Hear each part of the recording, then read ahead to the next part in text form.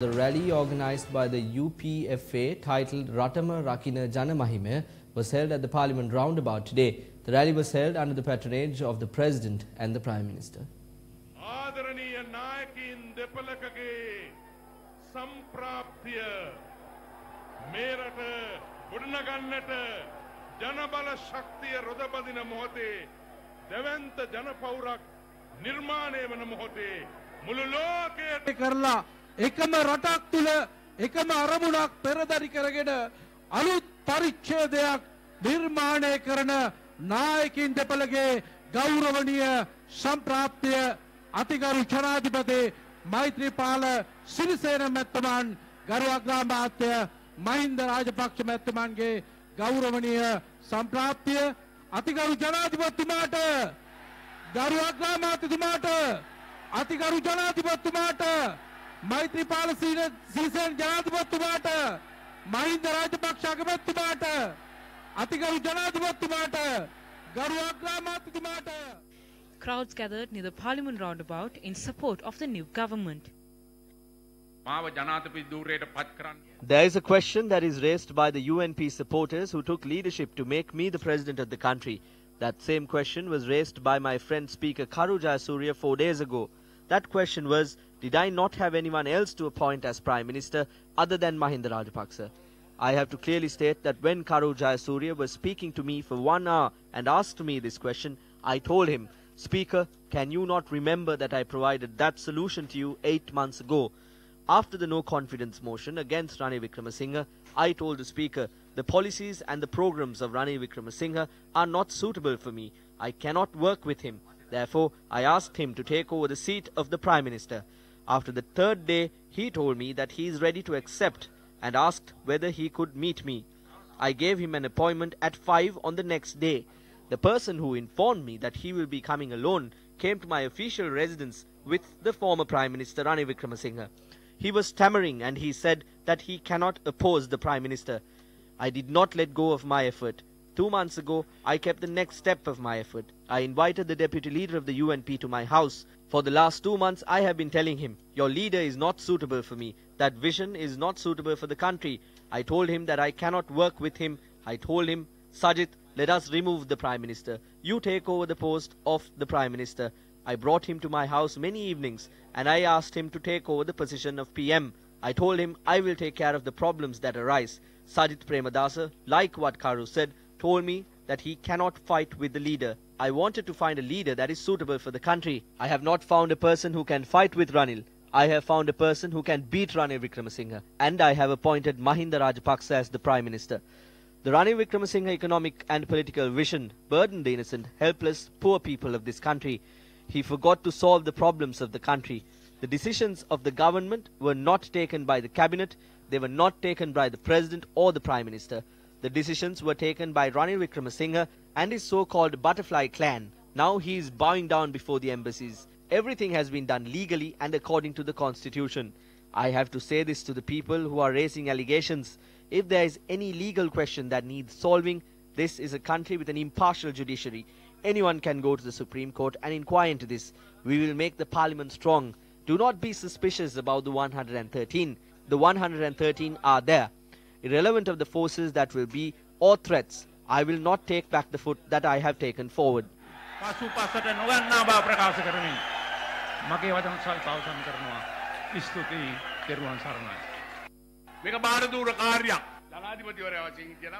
This is a difficult task. If I was president, I will not do this. That is what I said. We came together for the country. The people of the country must remember when Ranil Wickremesinghe was trying to sell off the nation, when the right of the people of this nation, the land was being sold to foreign lands.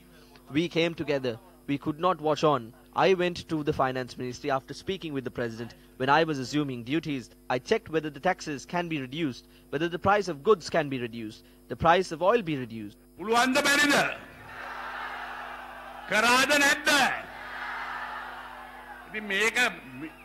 If I can do it, this could have been done by them as well. No, their hope was to live luxuriously, even if the people were suffering. We along with the President are committed to safeguard democracy. We will not let rumours break this bond. කේලම් වලින් කඩන්න ඉඩ තියන්නේ නැහැ.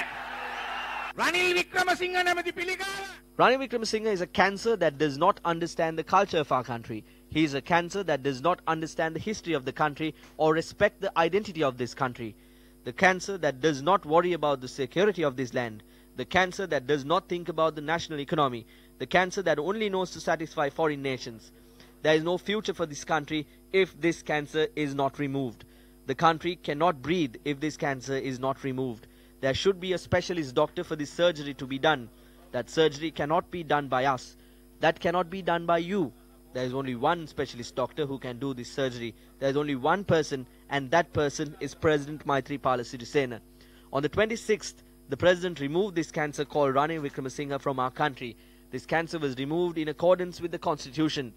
Karu Jayasuriya, the Speaker of Sirikota. Karu වෙනවා දැන් නිකන් Wilson කරු වෙන්න. කරු විල්සන් කරු වෙන්න ආවොත් වාට අන්තිමට යන්න වෙන්නේ කම් කරු වෙලා. අද බංගලාවේ නෑ දාලා ගිහිල්ලා. කතානායකතුමා කියනවා එයාට. The Speaker is saying that he will accept the situation that was before until the 113 is shown.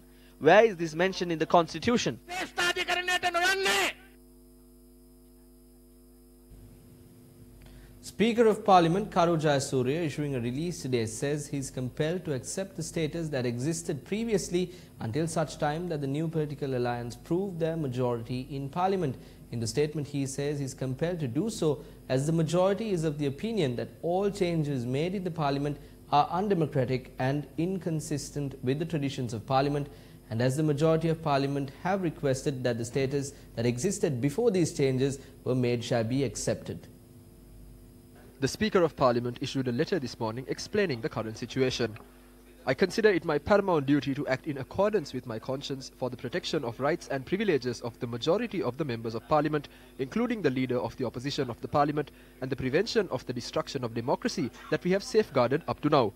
I am of the opinion that the request submitted to me under the hand of 116 members of Parliament of the United National Party, the Tamil National Alliance, the Janata Vimukti Peramuna and the Muslim Congress, stating that the decision by His Excellency the President was unconstitutional and undemocratic, and as they are not in agreement with the said decision, that the Parliament should be summoned forthwith and seek approval thereto is extremely reasonable. The Speaker in his letter says that when he met His Excellency the President on the 1st of November, he conveyed to me that he would pay attention to the request made by me to summon Parliament and would brief me on the evening of that day itself. Karu Jayasuriya in his letter says, quote, he contacted me over the phone the following day around 10:30 a.m. and informed me that the Gazette notification proclaiming the summoning of Parliament on the 7th of November would be issued during a meeting with the ambassadors of Japan, France and the USA and Afghanistan in the morning of the same day. His Excellency had reiterated that Parliament would be summoned on the 5th of November. It adds, quote, the Honourable Mahinda Rajapaksa too confirmed during a meeting with a group of university teachers that the Parliament would be summoned on the 5th of November.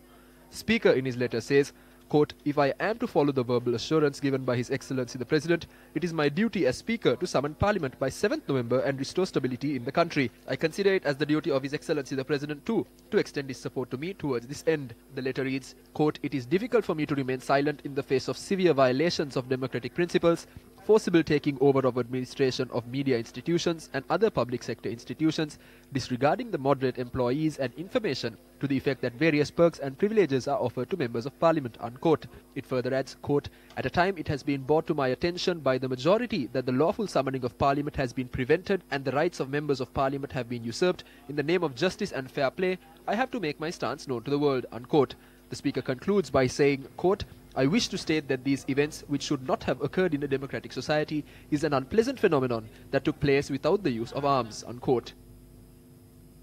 During a media briefing held in Colombo today, MPs of the ruling party expressed their views over the statement released by the Speaker. Taking into account that request, the convening of Parliament on the 14th has been gazetted. However, on the very same day, the Speaker made a politically biased statement which does not set a good example. We request him to respect the law and the Constitution. All decisions made by the Parliament comply with the Constitution. This can be challenged in High Courts by lodging a fundamental human rights petition.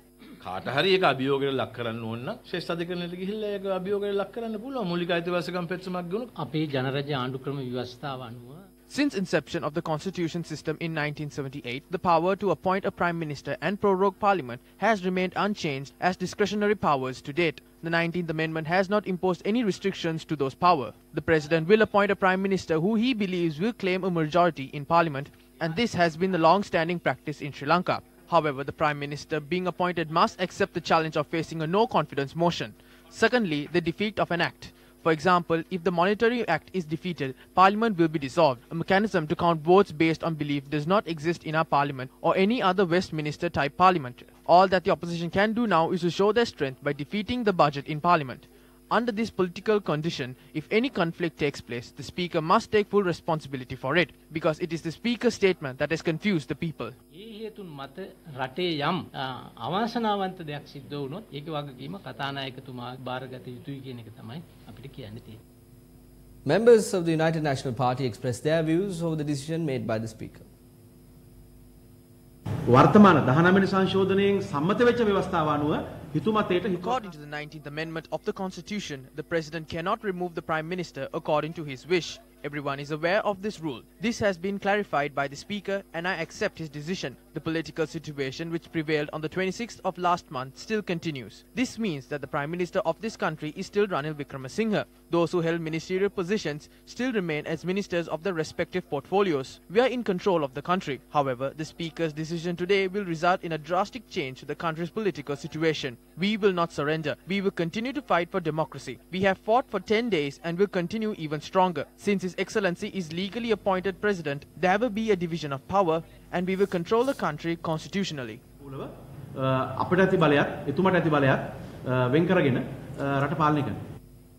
Attorney at Law Krishmal Varnasuriya spoke about the letter sent out by the Speaker of Parliament. A government is made up in terms of our constitution under Article 42 under the constitution.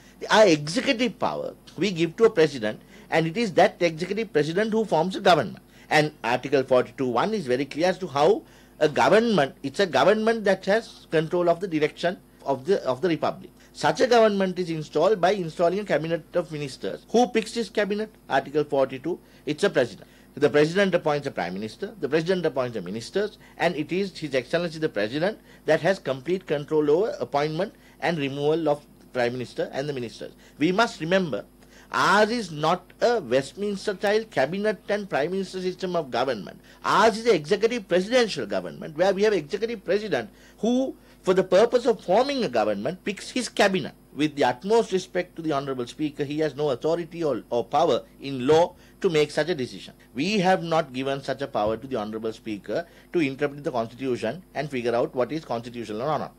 It is only the Honourable Supreme Court of this country, in terms of Article 125(1), that has absolute authority. Speaking on our Newsline program this morning, former diplomat Tamara Kunanayagam expressed the following views. Whilst Parliament was prorogued, and then having opened an office there, or a room there, collected there whilst Parliament was prorogued, it means nothing. It probably means trespassing. What did you think about that bit? I agree with you. I personally think that the President, and both the President and the current Prime Minister, should take firmer action than they are taking now. And I would say that not only, and in this, for instance, in this case, I mean, the President, the people have vested their sovereignty in the President.